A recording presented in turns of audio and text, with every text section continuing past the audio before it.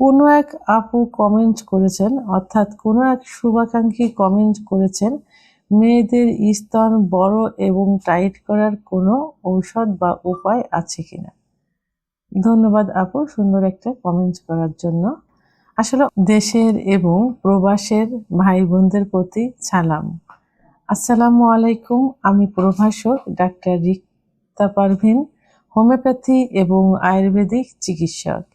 আসলে অনেকেই এই প্রশ্ন করে থাকেন, অনেকে এই চিকিৎসা নিতে আসেন যে আমাদের স্তন ঝুলে গেছে, ছোট হয়ে গেছে, কি যৌবনের শুরু থেকেই ছোট ছিল, তাই এখন এটা বড় করতে চাই এবং টাইট করতে চাই। তো আসলে এর প্রথমে আমাদেরকে জানতে হবে যে স্তনের ভিতরে কি কি থাকে। স্তনের ভিতরে কিন্তু কোনো হাড় নেই, আছে শুধু গ্রন্থি বা গ্ল্যান্ডার টিস্যু, ত্বক এবং লিগামেন্ট।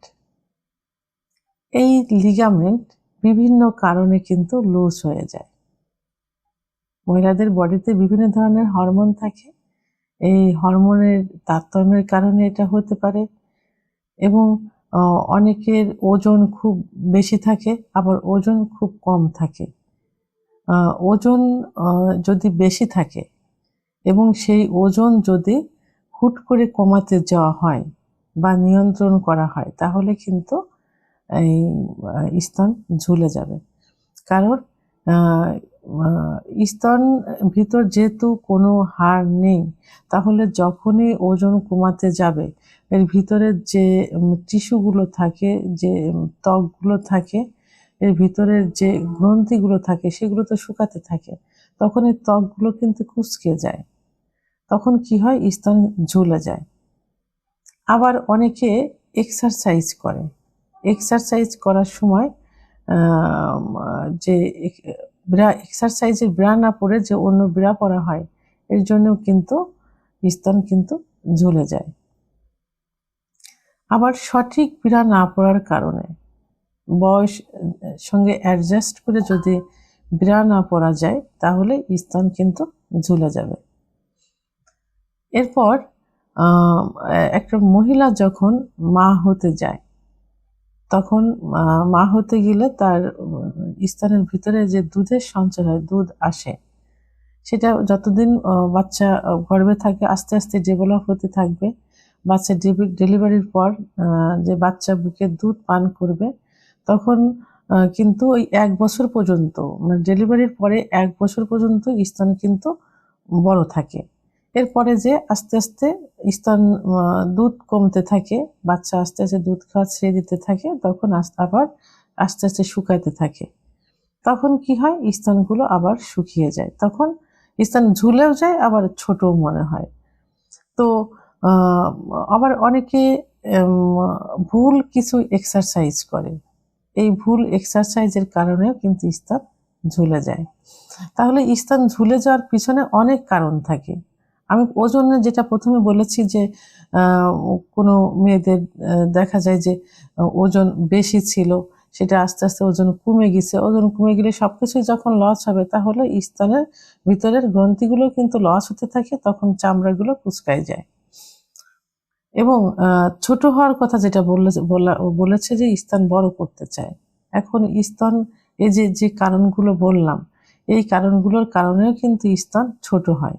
আবার কারোর জিনগত, মানে বংশগত কিছু কারণ থাকে, এই কারণেও কিন্তু এটা হয়। কিছু খাবারের অনিয়মের কারণে কিন্তু স্তন কিন্তু শুকাইতে থাকে বা ছোট হতে থাকে। যেমন অতিরিক্ত লবণ খেলে কিন্তু, কাঁচা লবণ যদি অতিরিক্ত খাওয়া যায়, তাহলে কিন্তু স্তন কিন্তু আস্তে আস্তে ছোট হয়ে যায়। তো এখন এই যে ঝুলে যাওয়া স্তন এবং ছোট হয়ে যাওয়া স্তন, এগুলো কিভাবে ঠিক করতে হবে? সঠিক এক্সারসাইজের মাধ্যমে, সঠিক এক্সারসাইজের মাধ্যমে। আপনারা ইউটিউব চ্যানেল সার্চ দিলে কিন্তু দেখতে পারবেন যে ব্রেস্ট এনলার্জমেন্ট বড় করার এবং ঝুলে যাওয়া স্তন টাইট করার কিছু এক্সারসাইজ আছে। সেই এক্সারসাইজ, কেগেল এক্সারসাইজ আছে, সেই এক্সারসাইজগুলো করবেন এবং এবং স্পোর্টস ব্রা ব্যায়ামের সময় যেটা পড়ে, এই স্পোর্টস ব্রাটা পরবেন, যাতে সঠিক বিরাট সাইজটা থাকে এবং এক্সারসাইজ করার সময় এতে কোনো সমস্যা না হয়। আর আরেকটা হলো যে যখন একটু বয়স হয়ে যাবে তখন আপনারা কি করবেন, ফুল সাপোর্ট মানে ফুল স্তনটা যাতে কাভারেজ দেয় এই ফুল সাইজে বেড়া পড়তে হবে। আর অনেকে উপুর হয়ে শোয়ার একটা অভ্যাস থাকে, এই উপুর হয়ে শোয়া যাবে না, উপুর হয়ে শোয়াটা বন্ধ করতে হবে। কিছু খাবার আছে, এই খাবারগুলো নিয়মিত খেতে হবে, যেমন দুধ, ডিম, যেটা বার্লি আছে, যেটা সাবুদানা, সাবু যেটা বলে, যে সাবুদানা, এই সাবুদানা আপনার সুগার ছাড়া এই সাবুদানাগুলো জাল দিয়ে প্রথমে ভিজিয়ে রাখবেন, পরে জাল দিয়ে প্রতিদিন সকালে রাত্রে 1 কাপ করে আপনারা খেতে পারেন। ডাউলের পানি খেতে পারেন। ডাউল রান্না করে উপরের যে পানিটা ভাসে, এই পানিটা খেতে পারেন সকালে এবং রাত্রে 1 কাপ করে। 1 কাপ করে সকালে রাত্রে দুধ খেতে পারেন, ডিম সকালে একটা রাত্রে একটা, এবং কলা খেতে পারেন। এগুলো নিয়মিত খেতে হবে। আর কিছু চিকিৎসা আছে, যেমন হোমিওপ্যাথি এবং আয়ুর্বেদিক কিছু চিকিৎসা আছে, এই চিকিৎসাটা আপনাদেরকে গ্রহণ করতে হবে। এখানে এই চিকিৎসায় কিছু সঠিক মেডিসিন রয়েছে, একমাত্র হোমিওপ্যাথি চিকিৎসার মাধ্যমে যেটা সম্ভব। এই চিকিৎসার মাধ্যমে এবং আয়ুর্বেদিক কিছু ওয়েল আছে, কিছু ভেষজ উপাদান দিয়ে তৈরি। এটা যদি সঠিক নিয়মে ম্যাসেজ করা যায় তাহলে যে লিগামেন্টগুলো, এগুলো কিন্তু টান একটা ভাব চলে আসে। আর টান ভাব যখন চলে আসবে তখন কিন্তু একই সঙ্গে স্তন কিন্তু বড় হবে এবং ঝুলে যাওয়া কিন্তু রোধ হবে।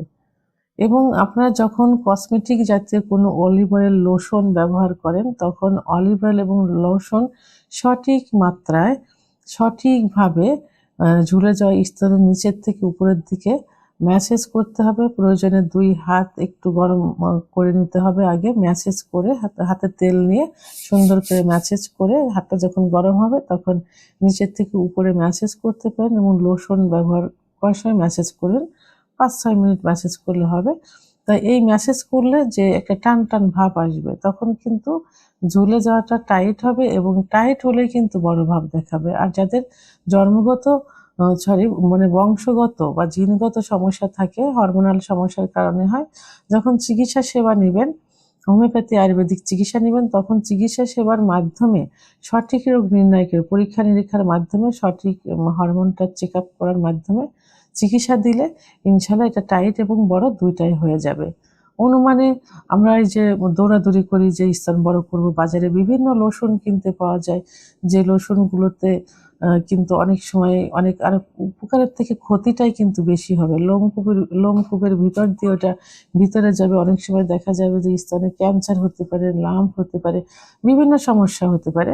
তাই এই জন্য ডাক্তারের পরামর্শ ছাড়া কখনোই সেনসিটিভ জায়গাগুলোতে কিন্তু এইসব লোশন, ওয়েনমেন্ট এগুলো কিছুই ব্যবহার করা যাবে না। আপনারা সঠিক একজন ডাক্তার দেখিয়ে চিকিৎসা নেন, ইনশাল্লাহ আপনার আশা অনুরূপ একটা রেজাল্ট চলে আসবে।